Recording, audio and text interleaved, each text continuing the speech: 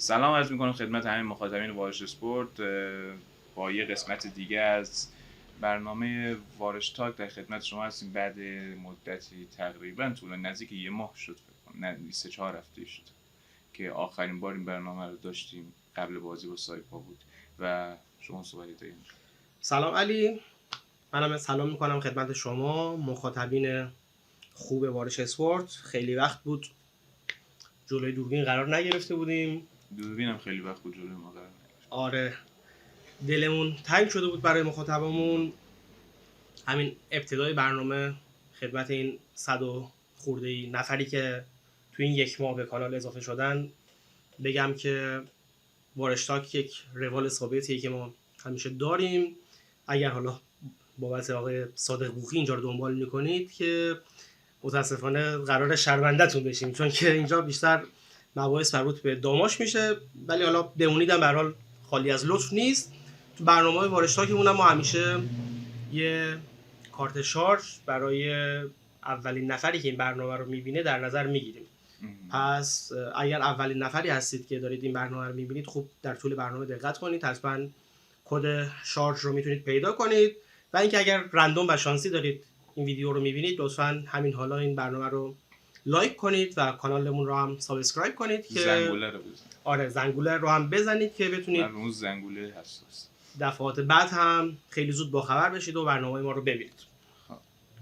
برسیم به بازی سایپا که بهش اشاره کردی. خودت هم رفته بودی، تا دقیقه 92 هم تا حدی به خوبی بازی پیش رفته بود. داشتیم اولین بازی خونگیمون رو توی خارج از خونه امتیاز ازش به دست می آوردیم که اینطوری نشد.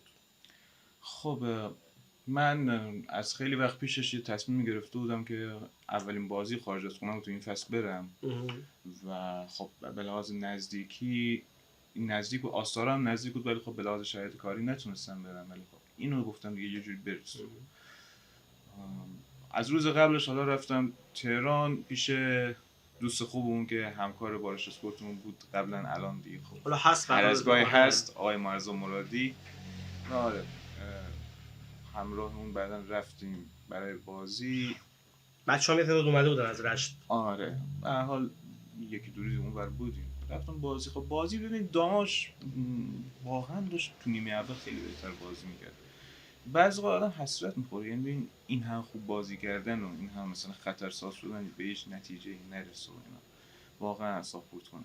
و یه تعداد از بچهای ما هم بودن همونطور که اشاره کردی، خب دقایقی هم تشویق کردن، همیشه داشت نسبتا خوب پیش میرفت تا حالا به دقایق آخر رسیدیم. اون دقایق آخری که ما توی این فصل خیلی ازش ضرر دیدیم.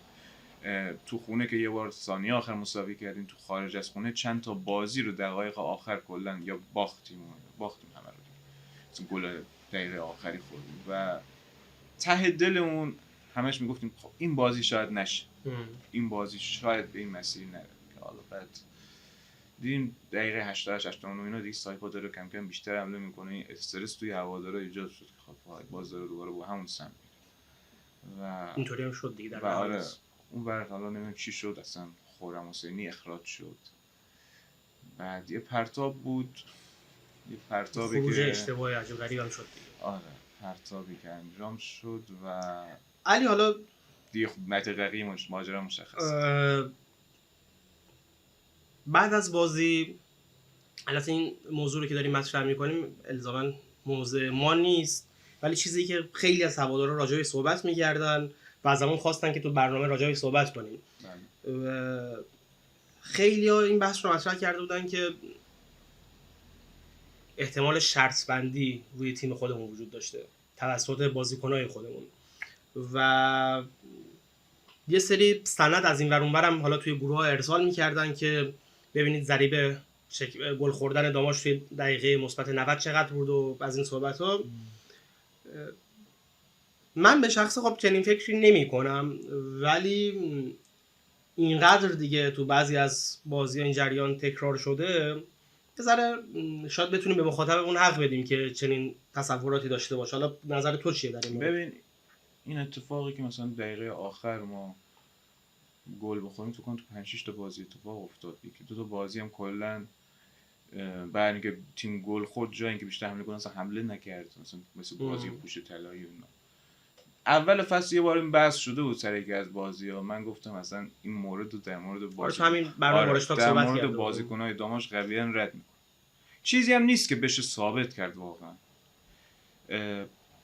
اما خب با تکرر این اتفاق من شاید دیگه مثل قبل رد نکنم و نمیگم وجود داره، انگشت اتهام به کسی نمیگیرم چون به سمت کسی نمیگیرم چون چیزی نیست که بتونم ثابت کنم، ولی اگه بخواد مخاطب همچین فکری بکنم میتونم بگم میتونه همچین فکری بکنم. حالا به هر حال امیدوارم که و یه موضوع هم در نظر بگیریم وقتی یه تیم فوتبال باشه که مثلا حالا هر تیم فوتبال دیگه مداماشو در نظر نمیگیره، خب توش مثلا مخصوصا پرداختی و این چیزا اینا نباشه، خب بازیکن مجبوره برای اینکه پولی به دست بیاره به بعضی اوقات به سمت چیزای دیگه بره و شاید تو تیمای فوتبال دیگه همچین اتفاقی افتاده. من همچنان این رو در مورد داماش تایید نمی‌کنم ولی دیگه من بعید میدونم که بازیکنای ما اتفاق افتاده که نمیتونم راحت رد کنم، ولی من قویاً بعید میدونم که بازیکنای ما افرادی باشن که اینطوری بخوان شرفشون رو بفروشن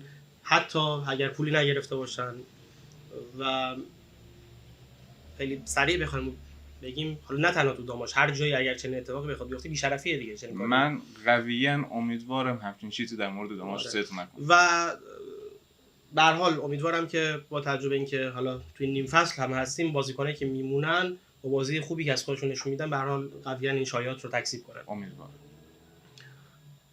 بازی تموم شد، بحران مالکیتی حل نشد که هیچ، بدتر هم شد و آقای نعیمی پوری که توی مصاحبه‌ها در محافل قویاً میگفتن من تحت هر شرایطی پشت تیم هستم، نهایتا اگر اصلا حکم به ضررم اومد من ضرر کردم، ولی یهو هزینه کردن رو میذارن کنار و بازیکن‌ها میمونن و تیم میمونه و هوادارا میمونن و شرایطی که مالک قبل تری رفته مالک فعلی هم هزینه نمیکنه و یک بحران عجیب و غریبی به وجود اومد. من یادت هست از همون موقعی که قرار بود معارفه و اینا انجام بشه همیشه بحثی بود که در فلان تاریخ قرار حکم آقای نعیمی بیاد. اون فلان تاریخ خیلی شد نمیدونم فلان 12ام فلان 19ام فلان 25م این همینجوری اومد آخر هیچ کدوم به هیچ جا نرسید، نه پرداختی بود اصلا هیچ کدوم نفهمیدیم حکم دادگاه رو در واقع آره حکم دادگاه آخرم هیچ کدوم نفهمیدیم تو اون بلبشو که اصلا هیچی مشخص نبود کی اومد مرتضی آقاخان رو جذب کرد، اصلا معلوم نیست اوضاعش بعد کلانتری دوباره یه بار این وسط اومد وقتی هیچ چیزی پرداختی نبود چطور نظم محمدی رفت کلانتری مثلا این تصمیمو بر چه اساسی گرفته میشد. حالا آقای کلانتری هم اومد دو بازی با این وضعیت دید دیگه نه بنده خدا دمش گرم ولی مثلا باز بدون حاشیه اومد بدون حاشیه رفت. اینطوری نشد که دو تا بازی بیاد بگه من نمیدونم طلب دارم فلان دارم. درستش هم همین. حالا باز دمش گرم یعنی از همینجا واقعا از ایشون تشکر میکنیم هر حال بابت دوباری که تشریف آوردن توی رشت. ایشون رفت حالا مسی سونگون قرار سرمربی باشه و دوباره آقای نظر محمدی مسی سونگون اینجا میزبانیم یا میهمانیم نیم فصل؟ اینجا دیگه میزبانیم بنده ها یه بار دیگه بیاد رشت اون بازی قبلش خودش رو محرومیت بزنه بنده خدا. دوباره بعد آقای نظر محمدی اومد و این بحث پیش اومد خب چرا از اول گذاشتین آقای نظر محمدی بره دوباره بیاریم. حالا باز چیزام گفتیم توی ولاگ هم گفتیم تنت شده ماجرا. آخر فصل دوباره آقای بارمن مالک میشه. آره حال اتفاقاتی افتاد که منجر به یه جلسه شد، بکنم خودت هم بودی تو اون جلسه، من غایب بودم و تو خود میتونی بیشتر در موردش صحبت کنی چون جو بودی و اینا، میخوام خودت صحبت کنی. آره جلسه برقرار شد با جناب جوانبخش آرمان مدیر کل محترم ورزش و جوانان یا ورزش جوانان نمیدونم کدومش درسته نمیدونم بعضی وقتا بدون وهم می‌نویسن. anyway هوادارا جمع شدن که وضعیت تیم رو پیگیری کنن که خب الان مالک نداریم با چیکار کنیم، که دو تا صحبت اونجا مطرح شد که یکیش انجام شد قویاً یکیش انجام نشد. یه سوال بپرسم واسه پرانتز، هوادارهای خاص اومده بودن یا هوادارهای عام؟ چطور من متوجه نمیشم؟ خودت متوجه میشی هوادار خاص یکی استوری میذاشی بنده خدا؟ آها نه اونا نیومدن و چقدر دنبال حاشیه علی. ما نه هوادار خاص و عام داریم. ولش کن. اینه. جلسه برگزار شد، 2 تا قول داده شد. یه قولی داده شد قویاً 2 تا مالک الان وجود داره، 2 تا قطعاً توی 2 روز آینده یکیشون 100% میشه تیمو که نشد. ولی چیز دیگه ای که مطرح شد این بود که تمرین شروع میشه که شد. این شد. تمرین با آقای نظر محمدی شروع شد. گفتم با پیگیری‌های متولیان فوتبال استان. حالا به هر آقای حال نظر من یعنی در وضعیتی هستیم که خوبه. حالا به هر حال از چی بهتره دیگه. آره خب چرا که نه. دیگه بازم نگاه کن خیلی‌ها میتونن تو این شرایط، حالا ما از مربیای قبلی کسای قبلی دیدیم گفتن خب منو کنار گذاشتی اسم به من چه بیام برگردم اینا. خب بازم حالا علی در مورد آقای نظر محمدی ما چیزهای منفی رو گفتیم گذشت. ما چیز مثبتش هم بگیم دیگه. نظر محمدی با همون قرارداد قبلیش اومده. یعنی همون قراردادی که داشت رو داره بهش عمل میکنه. آره همونی که عملاً کنار گذاشته بودم. آره خب این واقعا معرفتی آدمو میرسونه به هر حال و این میگم نکات مثبت رو به هر حال باید گفت. آره گفتن که حالا دنبال بازیکن‌های جدیدم هست به شدت و آره باید ببینیم کدوما رو میتونه. الان بحثی که وجود داره اینه که ببینن کیا نیستن، حالا اگر افرادی رفتن جای اونا در ابتدا پر بشه بعد تیم بخواد تقویت بشه. اگرم خب خیلی ماندگار شدن که اون جایی که ضعف داشتیم بخواد بازیکن گرفته بشه. حالا اونایی هم که اون روز رفته بودیم کنار زمین بودن و حالا به دلایلی تمرین نمی‌کردن، یه سریاشون تو تمرین روز بعدش دیگه به تمرین اضافه شدن. یکی دو نفر غایب بودن اضافه شدن مثل زاهد تبار و اینا. فعلا داره به سمت مثبت پیش میره. فقط اون بحثه که این نفر بیاد مشخص بشه مالکیت و خرج با کیه. حالا این وسط شاید هم مشخص نشه، یعنی شاید هم همینجوری پیش بره. نصیری هم شده بود که حالا بعد مثل اینکه دیگه بعدش خبری نشده. آره صحبتی هم شده بود نصیری بیاد که مقدار هزینه کنه، بعد اصلا میگفتن حالا خیلی عامیانه گوشیشو جواب نمیده. حالا نمیدونیم واقعا تا چقدر این قضیه صحت داره به هر حال. ولی آره صحبت آقای نصیری هم مطرح شده بود. کجا بودیم؟ جلسه ماره دیگه. خیلی میگم قویاً اومد گفتش که مالک داریم که نداشتیم دیگه، ولی تمرین برگزار شد. این راه حالا هواداری که اومدن سر تمرین قطعا دیدن ولی رسمی جای اعلام نشده. ما حالا یک طورم اینجا بگیم رضا امیدی هم اومده کنار تیم. بله. حالا با توجه به شرایط سنیش الزاماً به این معنی نیست که قراردادی باش بسته بشه. ممکنه بسته بشه. آره ممکنه بسته بشه و که مثلا حالا برای دقایقی بتونه بازی کنه، ولی اینکه به هر حال یک بازیکن قدیمی با حالا سن بیشتر در کنار تیم هست، خب هواداران زیاد. آره این خیلی نکته مثبتیه به نظرم. و به هر حال حالا چه به عنوان بازیکن چه به عنوان کادر فنی اگر در کنار تیم باشه به هر حال قطعا به ما کمک میکنه. امیدی از خوبای ما بود تو لیگ سوئد. حالا تفاوت سطح وجود داره، خب از خوبای ما خوب بازی میکرد. جانانه بازی میکرد. تخریبی خوبیه دیگه به هر حال. این نکته هم به هر حال برای هواداراش گفتیم که در جریان باشن. رفتیم سر تمرین. حالا جدا از اینکه تمرین داشت برگزار میشد، حالا رضا امیدی هم گوشه بود، یه سری از بازیکنان تمرین نمی‌کردن. حالا خودت اگه در این مورد صحبت کنی که خیلی خوب میشه. صدات فکر کنم میخوره ضعیف باشه. فکر کنم من تو همون ولایی که ضبط کردیم دیشب منتشر کردیم، حالا شاید خیلی اونو ندیده باشن. آره ببین خب کسی اگه تمایل نداره بمونه میتونه حالا توافق کنه که بره جای دیگه بازی کنه و خب حق و حقوقشو بگیره. من از یه لحاظم باید به بازیکنام حق بدیم. خب به هر حال اونا هم زندگی دارن، خرج دارن. باید اصلا جدا از زندگی و خرج و این بحث‌های معرفتی و این چیزا قرارداد باید باشگاه بهش پایبند باشه. ولی خب وضعیت باشگاه نامساوان اون اتفاق افتاده و باعث تأسف. حالا من نمیتونم بگم مثلا ما الان باید در قبالشون موضع بگیریم. خب یه سریا شاید براشون اوکی باشه بتونن با همون وضعیت ادامه بدن، شاید خب چه سریا براشون اوکی نیست.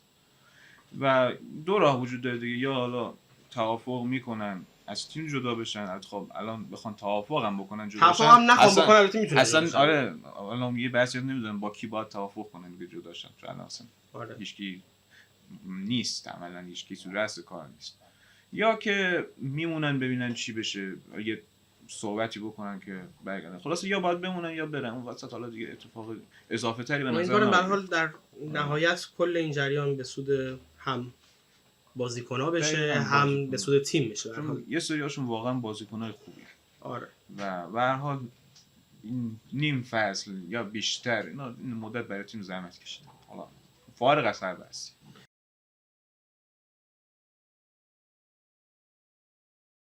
خب یه نکته رو خدمت دوستانی که تا این لحظه برنامه رو دیدن من فقط عرض کنم که اگر تا این لحظه این برنامه رو دیدید لطفاً لایک قشنگتون رو به این ویدیو بزنید و اگر هم تا حالا ما رو سابسکرایب نکردید که حتما این کار رو انجام بدید. به قول علی زنگوله رو هم زنگوله رو بزنید.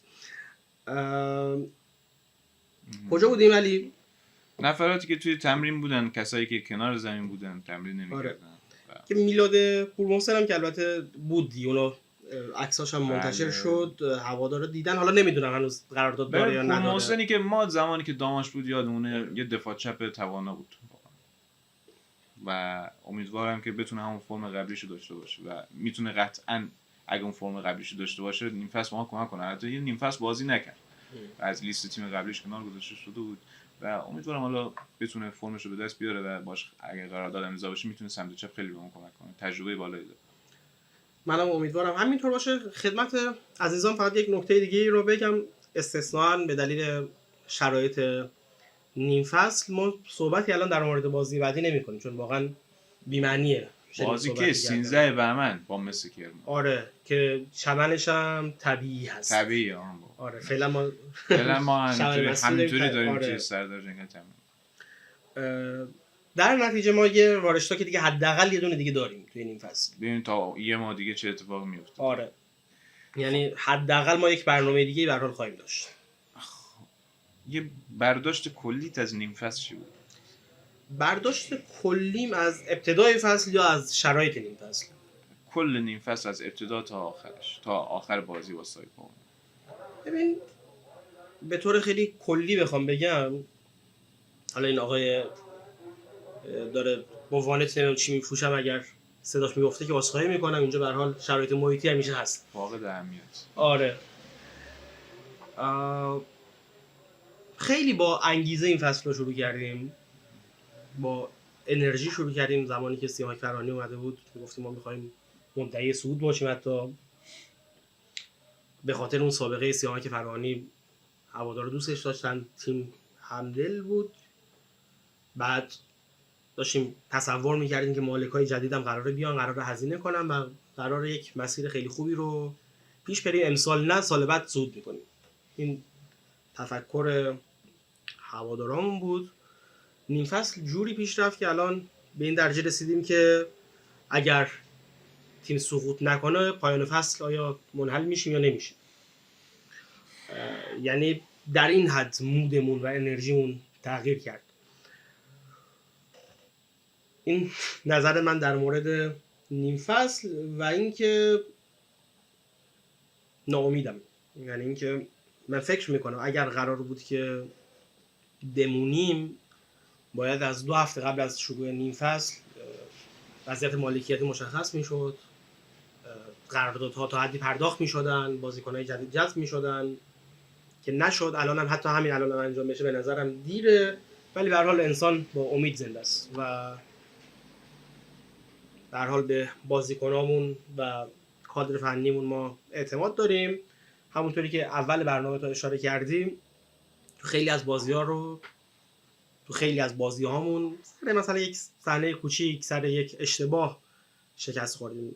توی نیم فصل دوم اگر اون اشتباه نباشه شاید بتونیم بمونیم، هرچند که حالا بعدش هم مسائل مالکیتی قطعا ادامه داره، ولی به هر حال به قول قدیمی از این ستون به اون ستون فرج. نظرتون؟ نظر من خب ما وقتی که داشتیم پیش فصل رو تازه شروع می‌کردیم یاد بازی دوستانه با استقلال داشتیم. ما نه پیکان. آره حالا استقلال فکر کنم 2-0 بردیم. پیکان رو یادم رفت با هم یادم رفت چند شد. بعد اونجا فکر کنم 2-1 بود، فکر می‌کنم، مطمئن نیستم، که دروازه‌بانم جذب کرده بودیم اونجا رو رفت. آره پیکان اونجا هایجک شد. آره. خب بعد اون بازی با استقلال حالا بازی دوستانه بود دیگه، یه سری حالا میومدن کامنت میذاشتن جای مختلف زیر پست‌های مختلف توی گروه‌ها که آقا ما با این عملکردی که داشتیم مدعی اصلی صعود. بعد که حالا کم کم جذب نفرات رو از سمت آقای فراهانی از دیدیم. داخل برانداز بگم بنده خدا فراهانی همون موقع میگفت این حالا این برد رو زیاد جدی نگیرید. به حال هوادار آره خودش هم یعنی گفت خیلی بارها تاکید کرد این قضیه. بعد ما جذب مهره رو از سمت آقای فراهانی دیدیم و قبل اینکه فصل شروع بشه یه دونه مطلب نوشتم در داماش این ورژن این سالو میتونیم امیدوار باشیم اما رو راست باشیم.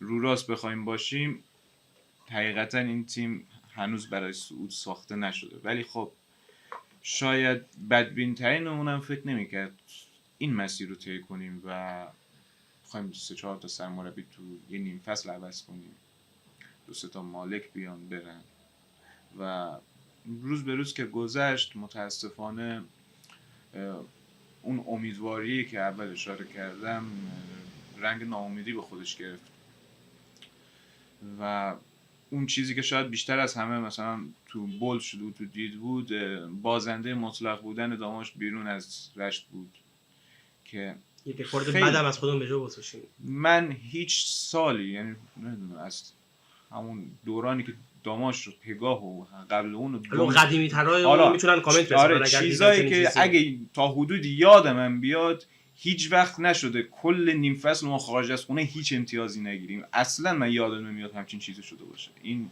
یه آمار کاملا جدید و خیلی بده و امیدوارم امتیازات نیم فصل چی علی؟ نیم فصلی به این بعدی داشتیم در مجموع؟ نیم فصل به این بعدی تو لیگ یک که هیچ وجه نشدیم، تو لیگ برتر نه بازم فکر نکنم داشتیم. حالا اینم باز اگر بود میتونیم حالا نه الان چقدر 11 امتیاز داریم نه اینقدر نداشتیم، خیلی بده. و متاسفانه بخوایم از لحاظ دیدگاه منطقی فوتبالی نگاه کنیم اگه روی همین روال بخوایم بمونیم قطعا سقوط میکنیم، به عنوان تیم آخرم سقوط میکنیم، ولی بازم امیدواریمون به نیم فصله. حالا ما میدونیم که نظر محمدی حالا هر کی بخواد به چیزای فنیش حالا چه خورده بگیره نگیره هر چیزش ما میدونیم که تمام توانشو میذاره اونجور آدم و به نظر من برگشتش میتونه برای تیم بهتر باشه و امیدوارم که نفرات خوبی بگیره، وضع باشگاه مشخص بشه که در ادامه فصل دیگه این روزای بعد رو ادامه ندیم. ولی خب بخوام در کل بگم نیم فصلمون چی بود، نیم فصلمون روی کلمه فاجعه رو سفید میکنه، از فاجعه بدتر. تقریبا خاطره خوشی نداشتیم دیگه از نیم فصل.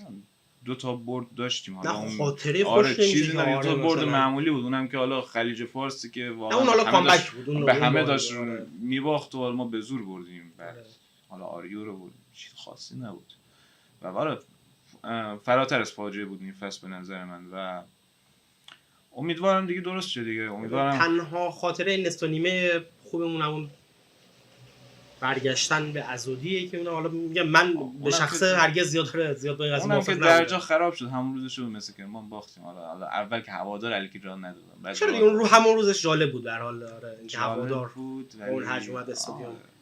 در هر صورت امیدوارم که هر کسی میتونه کاری بده انجام بده، راهکاری ارائه بده، فعالیتی بکنه انجام بده.